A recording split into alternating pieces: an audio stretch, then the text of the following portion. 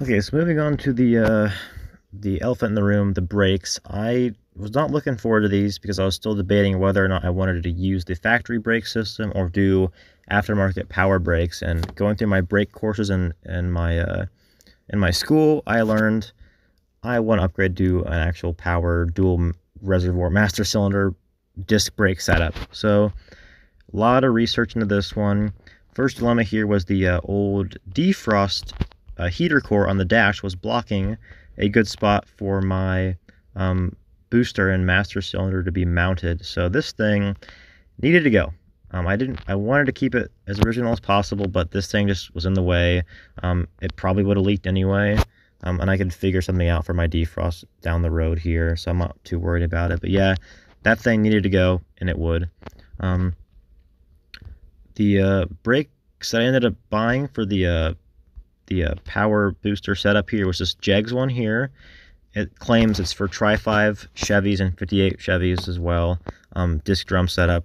I kept the rear drums. They're perfectly fine how they are. Rear discs aren't really necessary unless I get a different rear end, which I might do one day, but for now, I don't really care. Really good deal, 200 bucks. I mean, I ended up getting the 3-year warranty for an extra 31 bucks, just because you never know what's going to happen.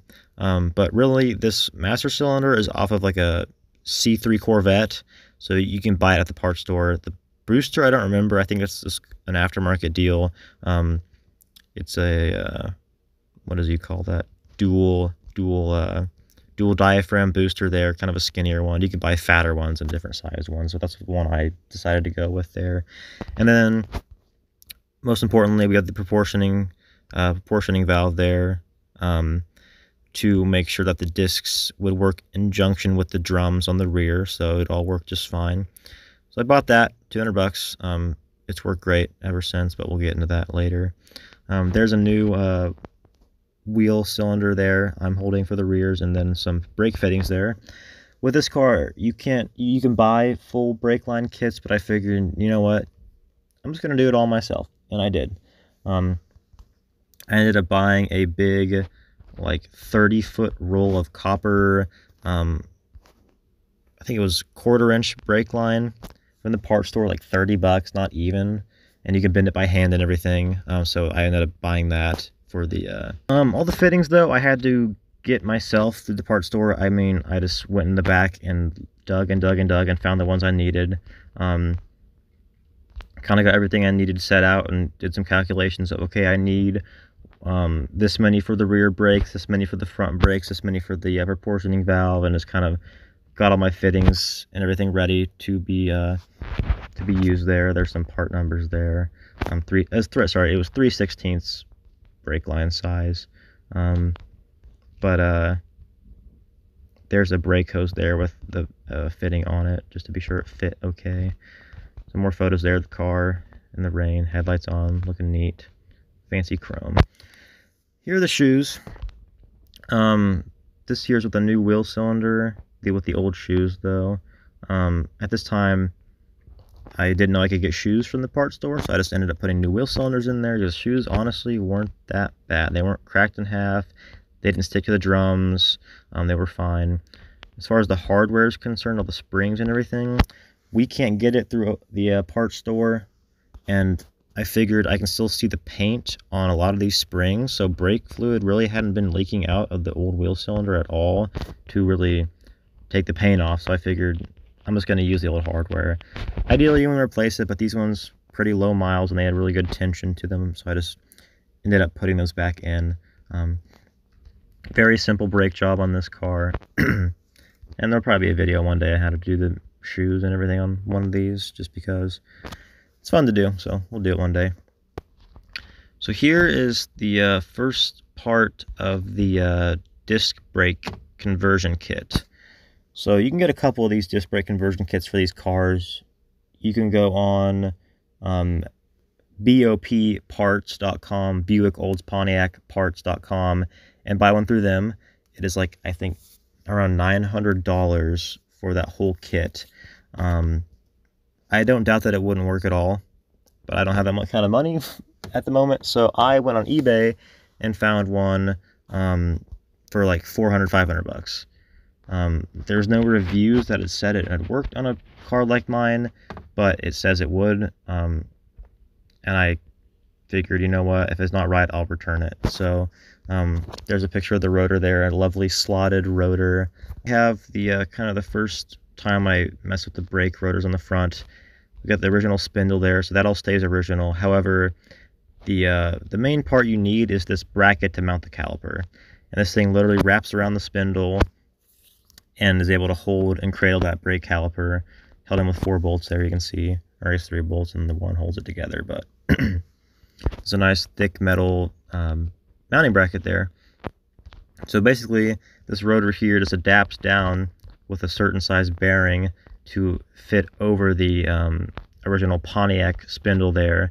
And there you can see it all done, all put together there. Obviously, the bearings are inside of the brake rotor on these particular ones. The rotors are off of, I think, a mid-90s two-wheel drive Chevy pickup, GMC pickup. So if these were to go bad, I could go to the parts store and buy them for probably 30 bucks.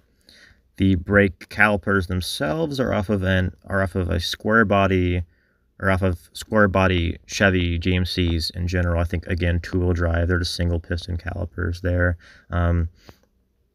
Same with the pads. So you could go to the parts store and buy these all for like not even 100 bucks if you need to service your brake pads on this conversion kit. So that's pretty neat.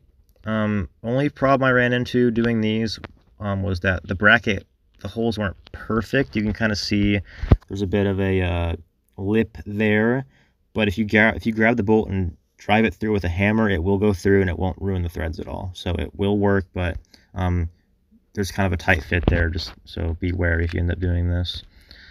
Another thing here is that the caliper brackets probably need to be adjusted a bit closer, like the holes maybe need to be a bit closer towards the rotor, because the pads have about not even a quarter, a little less than a quarter of an inch of space where they don't even touch the rotor. So your whole pad isn't getting used there, but it didn't bother me enough to say anything or try to get my money back, because honestly, guys, this is way better than having drums or the original setup. So this has been perfectly fine for me, so I'm not worried about this. But you get what you pay for, and really this thing's been amazing. I would highly recommend it to anybody that wants to do this conversion on their post-war Pontiac or any car that this conversion kit fits. I think it fits Cadillacs, Buicks, and Oldsmobiles, and maybe Chevys. I don't think Chevys though. But yeah, couldn't complain too much there. There's on the passenger side as well, looking nice and shiny. So yeah, a couple tools there. We have the disc brake grease there. Excuse me, some PB blaster, some pliers there, whatnot. My wrench, brake clean. Some sockets there as well. You see the old brake drum sitting on the ground there in the gravel. Here are the rear brakes with new shoes. Only issue the shoes gave me was that the paint was too thick, so I had to file them down where the adjuster goes into. You can see a bunch of scratches there. And then where the parking brake middle clip goes onto as well needed to be grinded down for that to fit tighter. So otherwise they fit great, and they've been working great ever since.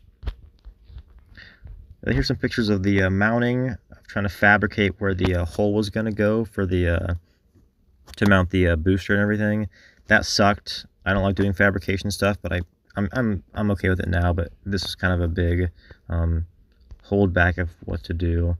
Here we have the pedal bracket on the outside of the car to kind of draw and drill where our holes where they should have been. So the next step was doing all the brake lines and everything, mounting the brake hoses. Again, all DIY. So if you don't like doing DIY stuff, then this might not be the project for you. But otherwise, there are brake hoses included with the kit.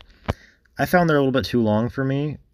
I was scared they would rub the inside of the tire, so I kind of zip tied them out of the way more. You can kind of tell here by the picture where I had them mounted. I used the old mounting bracket the car came with the Chieftain. I just flipped it upside down, I think, so it kind of stuck up higher more by the control arm there, and that fits all fine. So that was great to see. Kind of see, and I turned the wheel to make sure it wasn't rubbing or anything like that before I did this, because you don't want a brake line to rupture down the road. But yeah, so that was mounted like that. And then here was bleeding the brakes incorrectly. Here we go. This video here shows the what the booster looks like in place. It was very shiny back when it was new. It's pretty rusty now, but yeah, I'll see the brake lines going down in there. There'll be more videos in the future about that as well. But yeah, the brakes are all done and ready to go.